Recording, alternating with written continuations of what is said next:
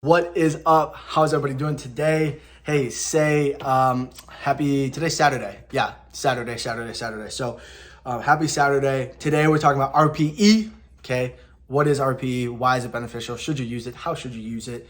So let's get to that.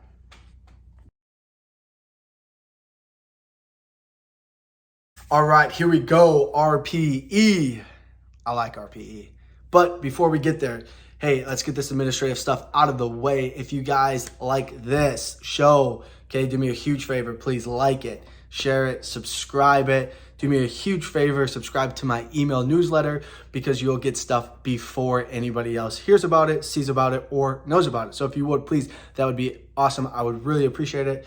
This show grows on a value exchange. If I provide you value for free, then you share it with a friend who you think could benefit from it. And I think that is the best way to do it because I don't want to be asking you for anything. And I want you to close the gap between where you currently are and where you need to be in order to help your athletes, your clients, and make more money. And I think that's really important, honestly. So if you like this, please share, subscribe, like, and join my email newsletter. Okay, here we go.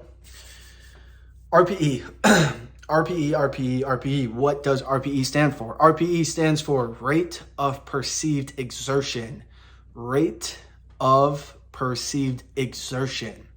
Okay, and this is on a 1 to 10 scale. Technically, it's on a 1 to 20 scale, 16 to 20 scale. Technically, that's the Borg scale if you want to go into that. Most people typically don't utilize that. They utilize the 1 to 10 scale, okay? And if you want more on the Borg scale, you can Google that yourself, okay? But most people utilize RPE on a scale of 1 to 10 or 0 to 10, 0 being dead. No, just kidding. So typically 1 to 10 is what we utilize RPE on. And again, it's the rate of perceived exertion. And what that really means is if I am doing a session, okay, I can do a RPE of that session. I can also do a intra-set RPE, meaning if I want to know how difficult a particular exercise or groups of exercise were or attempt, I can do an RPE on that as well. Okay, and typically you do both. But we really only do the session RPE as something that we equate, if that makes sense. So, and let me explain a little bit more in detail for you guys to make this crystal clear. Okay, so let's use the bench press example because I think everybody can understand that.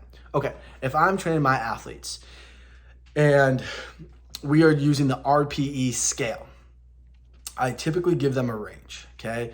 RPE scale, and I'll link that right here for you. This is the RPE scale, is on a scale of 1 to 10, 10 being the hardest thing I've ever done, okay? 10 being the hardest thing I've ever done. 1 being like I'm just chilling on the couch right now or me recording this video, right? Like you're just hanging out.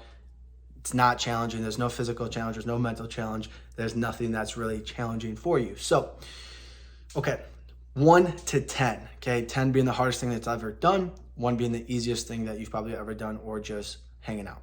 All right, so if I'm doing a bench press with my athletes, okay, I typically will give them a range, right? So maybe a 5 to 7 range, a 7 to 8 range, a 4 to 6 range. So I want you in that RPE scale of 4 to 6, okay? I want you in that RPE scale of 5 to 6.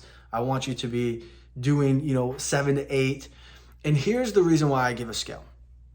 Very similar to the RIR component is that there's a little bit of time that it takes for athletes and for people to understand what RPE 7 actually feels like, right? There's time for them. It takes time, it takes experience, and it takes an actual internal thought process for them to say, that was a 7, or that was a 9. That was freaking challenging. Like, I don't know how much more I could have done, right? And so there's a little bit of experience level that the athlete has to have, or that they have to get used to using that scale in order for it to be accurate, right? Or more accurate, I should say, because there's obviously always a level of inaccuracy, right? But understand that. So if you're going to utilize RPE, which I do, and I think you should too, then understand that it's going to take more than a couple of weeks. Just like RIR is going to take more than a couple of weeks, but the more you use it, the better your athletes are going to get at it, right? The more you use it with yourself too, the better you're going to get at it. It just kind of naturally happens that way, right? So I typically give them a range. Okay, and they have a scale. I've printed it out for them, and I even put emojis on it too, so they could actually understand, like, oh yeah, this is kind of how I'm feeling, because then they can accurately, report that, and that's important to us, right? So I do one of two RPEs. If I want to know how difficult a lift was, an individual exercise, I will ask them inside of that exercise, or like just after they get done, how challenging it was, right? And maybe I'll give it a couple of minutes, because if you do it like as soon as they're done, that's going to be inflated, right? If I just get done doing a heavy squat or reverse lunges, and then you come up to me like 30 seconds after, and I'm still like breathing and gasping and like mentally not there, and how hard was that? I'm obviously going to inflate that number, right? That just makes sense. So give them a couple of minutes and then ask them and say, hey, scale of 1 to 10, how challenging was that? It was, whatever the case may be. Awesome. Great. Thanks. Now, here's a trick to this too. Okay. When you take RPE, whether it's of an individual exercise or as a session as a whole, do not ask them all in a group. And here's why. If I have all of my athletes hanging around, typically in a horseshoe, and I'm, hey, how was today's session, right? And Johnny says 7, and then DJ says 9, and then somebody else says 8.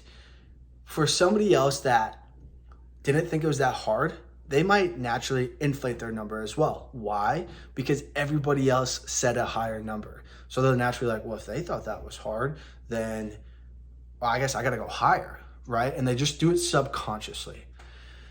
So when you ask them how difficult it was, talk to them individually, or have them report their numbers individually, right? Don't allow them to ask other people what they put. Don't allow them to hear what other people put as well, because it's just going to inflate their own number, right? And we don't want that. You don't want that, because then you can't really get accurate information on them and to say, okay, that was tough or that was not tough, right? So when they're reporting that, ask them individually, okay? And then whether that's intraset or whether that's session RPE, okay? Now, the intraset one for me, I'm just trying to get an idea of what's challenging for them, right? The session RPE is what I personally truly care about more, because that's how I start to like undulate training and start to understand like what was their total load and all that other stuff. And I'll probably do another video on that so you can understand that a little bit more. But that's typically what I utilize, and it helps me understand that. And what you can do is you can pair RPE with a percentage, right? Or you can pair it with a drop set, or you can pair it with something else. So then you have two forms of measurement against that, right? So if you wanted to know 3x5 or 4x5 or whatever the case may be at 70% for whatever reason, and you wanted to know like what that RPE was, you could just ask them. So if I did 4x5 at 70% for a bench press, hey, scale of 1 to 10, how challenging was that? Or if you added tempo in there and you want to know how much more difficult the tempo made it, ask them that as well, right? And it's just having conversations. That's all that it is. But all RPE is doing is it's just another measure for you to understand intensity, right? And for you to say, hey, where are we at? Now, one thing that I've seen is you don't typically want to be on the extremes, right? Like you typically don't want to be on the extremes. And what I mean by that is I typically don't want to be like 3 or below, and I typically don't want to be like 9 or above. Now there's times where I will do that, right? But I typically don't want that. And here's really why. Because if I'm always hitting 9s, if I'm always hitting 10s, or if on the inverse, I'm always hitting 3s, 2s, and 1s, it's like I'm either pushing them way too hard or they're extremely untrained. If you're training with them consistently, it's probably not that they're extremely untrained. Or the inverse, if we're just not doing anything that makes it really easy, they're probably not getting better, right? So if I go really high, are they going to be able to recover? If I go really low, are they even getting better? You got to think that through yourself. I typically personally like to stay 5 to 8 is what I typically like to stay in. A recovery day would be like a 4, maybe a 3. It depends upon what we're doing. There's so many other factors involved. But that's typically what it would be. I like to stay in that 5 to 8 range. Obviously, I'm going to push and hit some 9s sometimes, and then maybe push and hit some 10s every once in a while. It depends, obviously, but I hope that helps. I hope that understands. And if you're going to program it, very similar to RIR, you just write in a range: RPE 5 to 7, RPE 6 to 7, RPE 7 to 8, whatever that case may be. I just write it in my training card for them.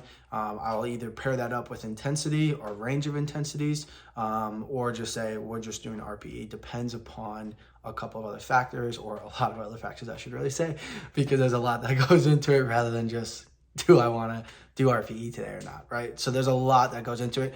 Very similar to RIR.